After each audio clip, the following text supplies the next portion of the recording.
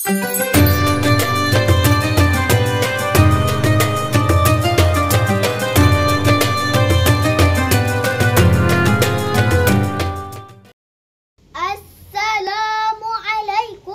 warahmatullahi wabarakatuh. Alhamdulillahi rabbil alamin. Wassalatu wassalamu ala ashrafil anbiya'i wal mursalin wa ala alihi wa sahbihi ajma'in, amma ba'du. Rabbi shrah li sadri wa yassir li amri wahlul 'uqdatam min lisani yafqahu qawli.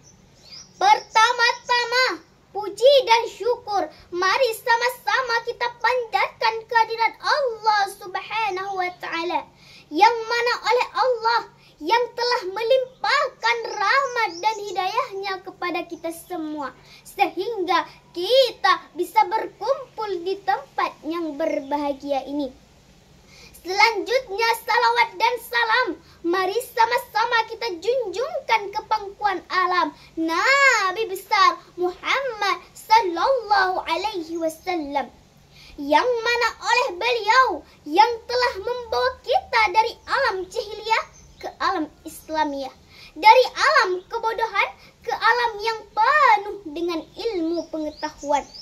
Dan tidak lupa pula kita hantarkan salawat dan salam kepada keluarga beliau dan sahabat beliau yang setia menemani beliau dalam keadaan suka maupun duka demi menegakkan kalimat La ilaha illallah Muhammadar Rasulullah. Takbir, Allahu Akbar. Pada kesempatan kali ini, izinkanlah saya untuk menyampaikan pidato yang berjudul Meneladani Akhlak Mulia Rasulullah Sallallahu Alaihi Wasallam. Hadirin yang saya hormati, Rasulullah Sallallahu Alaihi Wasallam adalah sosok yang sempurna, baik akhlaknya, perbuatannya, maupun kasih sayangnya. Beliau merupakan teladan bagi kita semua. Oleh karena itu, kita wajib mencontohi beliau dalam segala aspek kehidupan kita. Sebagaimana Allah berfirman dalam surah Al-Ahzab ayat 21. Laqad kana lakum fi Rasulillahi uswatun hasanah. Uswatun hasanatun liman kana yarjullaha wal yawmal akhir wa zakarallaha katsira.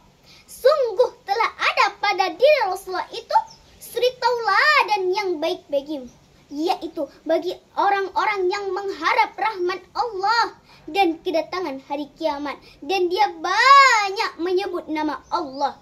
Hadirin yang saya hormati, maksud ayat tersebut menginformasikan sekaligus menegaskan kepada kita, sungguh pada diri Rasulullah itu terdapat uswatun hasanah. Rasulullah merupakan figur yang luhur serta contoh yang tinggi yang harus diikuti dengan sepenuh hati. Karena Rasulullah merupakan contoh yang paling lengkap. Dalam dirinya terdapat kebesaran dan kemuliaan sifat manusia.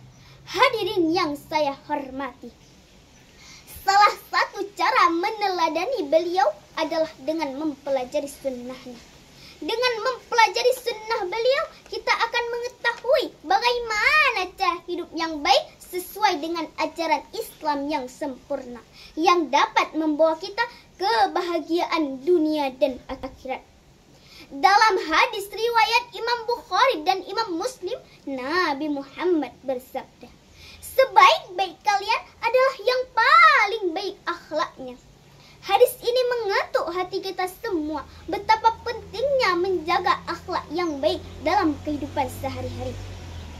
Akhlak mulia merupakan sebuah kunci untuk terwujudnya kehidupan yang damai dan tentram. Dalam sejarah kehidupan telah terbukti seorang pemimpin yang memiliki akhlakul karimah dapat mewujudkan masyarakat yang damai dan sejahtera. Sehingga dengan cara ini kita akan mampu hidup bahagia, baik itu dalam lingkungan keluarga, masyarakat maupun bangsa dan negara. Semoga Allah Subhanahu wa Ta'ala menganugerahkan keberkahan kepada kita semua. Hadirin yang saya hormati, inti dari pidato saya hari ini bahwa Nabi Muhammad sallallahu alaihi wasallam adalah suri tauladan yang baik bagi kita. Beliau memiliki akhlakul karimah yang terpuji, yang selayaknya kita jadikan panutan dalam kehidupan kita. Dengan kita menjaga akhlak dan perbuatan kita, maka akan selalu mendekatkan kita kepada Allah Subhanahu wa Ta'ala dalam kehidupan sehari-hari. Akhlak mulia merupakan sebuah kunci untuk terwujudnya kehidupan yang damai dan tentram. Wahai saudara-saudaraku semua, wahai pemimpin-pemimpin, contohilah akhlak mulia Rasulullah sallallahu alaihi wasallam. Insya Allah negeri ini akan aman, tentram dan bahagia. Amin, amin ya rabbal alamin. Sampai di sini saja pidato saya. Kalau ada pir yang pecah, jangan disimpan di dalam peti. Kalau ada kata-kata saya yang salah, jangan disimpan di dalam hati. Hasbunallah wa ni'mal wakil, ni'mal maula wa ni'man nasir. Wabillahi taufiq wal hidayah. Wassalamualaikum warahmatullahi wabarakatuh.